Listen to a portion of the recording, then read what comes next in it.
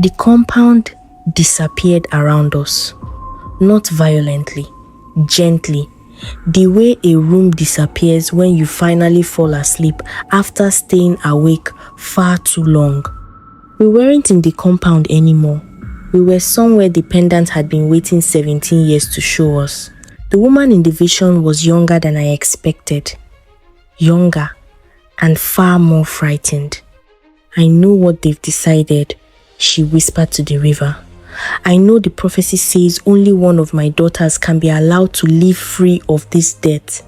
I am not going to let you choose which one of my children gets to keep her whole life. Isioma's fingers tightened around mine. Neither of us needed to say it out loud. We were looking at our mother. She didn't give birth in a palace bed, surrounded by healers. She gave birth on that riverbank, in secret, with only Mama Odara beside her because she trusted the water more than she trusted her own court. Take the death from both of them, she said to the water. Not from one daughter, from me. Let it be my body that pays what the crown owes, and let my daughters grow up owing nothing at all. The river didn't answer in words. It simply rose around her instead of us. I understood, watching it happen, exactly what that meant. One of you will grow up in the palace, protected but watched, she told them. Though neither of us could hear her then. One of you will grow up hidden, free but alone. I could not choose between safety and freedom for you. So I am giving you both and paying for it myself. She didn't drown.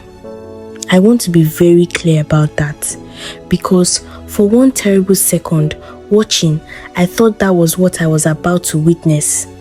She simply became part of what the water already was.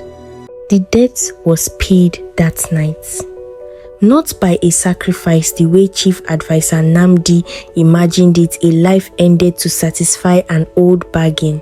Something stranger. Something that felt, even in the vision, less like a debt and more like a promise kept. The vision started to fade. I didn't want it to. For the first time in this entire story, I finally understood exactly what I was and exactly why.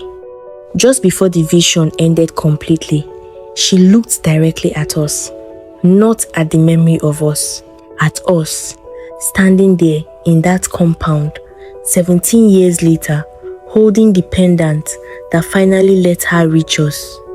I couldn't hear what she said. I didn't need to. I have never in my life needed less explanation for 3 words shaped by someone's mouth. We came back to ourselves at the same moment, both gasping like we'd been underwater the entire time. Maybe in a way we had been. You saw her, Mama Odara said. It wasn't a question. Her voice cracked on the words in a way I had never once heard it crack before. We barely had a moment to hold what we just learnt before the world outside that compound reminded us it hadn't stopped moving while we were gone. The Duke's men were regrouping, and now, finally, I understood exactly what he'd been trying to dig up out of the ground this entire time. Not a weapon, not a princess, her. I didn't have time to grieve a mother. I'd only just learned to miss. The Duke was already standing at the edge of my village, and for the first time, I understood I wasn't looking at an enemy. I was looking at someone who'd loved her too. He came himself this time. Not a message, not a patrol. The Duke of Owamiri, standing in my village, in person, for the first time since this entire story began. He looked at the pendant glowing in our hands like a man seeing a ghost he'd spent 17 years hoping was actually dead. Dio positioned himself between us, the way he had at the river. This time, his father didn't even look at him. That light, the Duke said softly. I have not seen that particular light in 17 years. I had convinced myself I imagined it the first time. Izuma's eyes narrowed. "You knew her," she said slowly.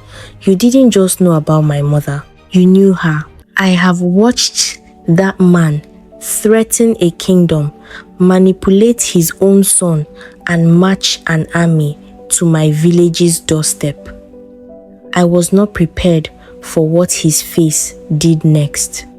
"Before she was your mother," he said quietly, "before she was anyone's queen, she was supposed to be mine.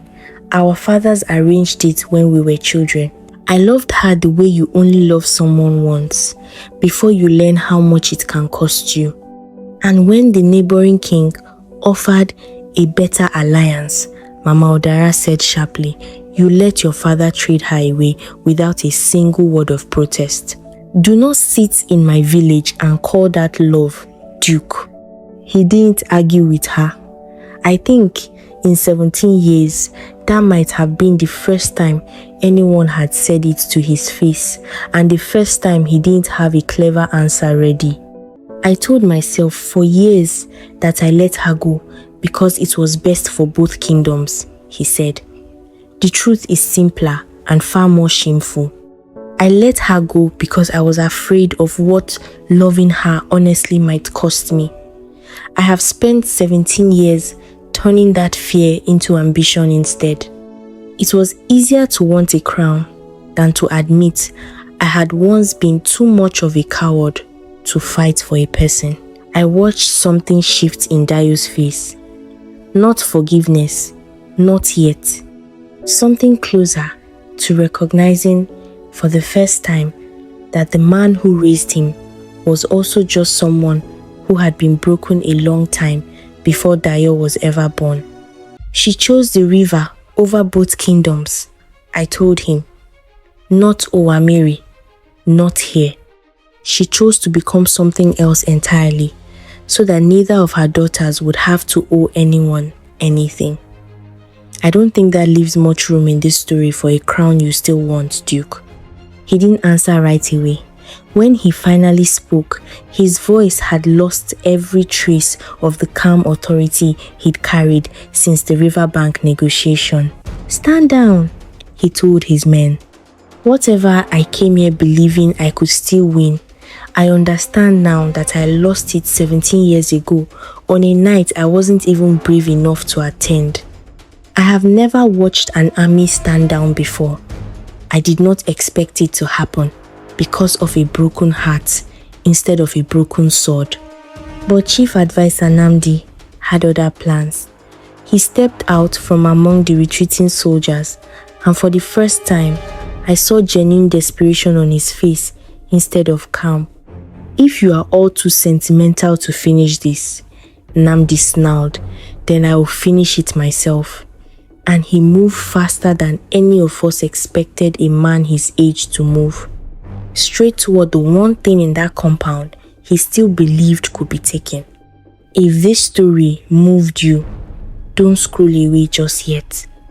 Tell me in the comments, what do you think were the 3 silent words the queen was trying to say to her daughters? And do you think the Duke truly deserved forgiveness after 17 years? Your thoughts might be completely different from everyone else's, and I'd genuinely love to read them. If you enjoyed this episode, please like, share it with someone who loves powerful African storytelling, and don't forget to subscribe so you never miss what's coming next. This is Moonlight Tales by Joy, bringing you new original stories and episodes every Monday, Wednesday, Friday, and Sunday. I'll see you in the next episode.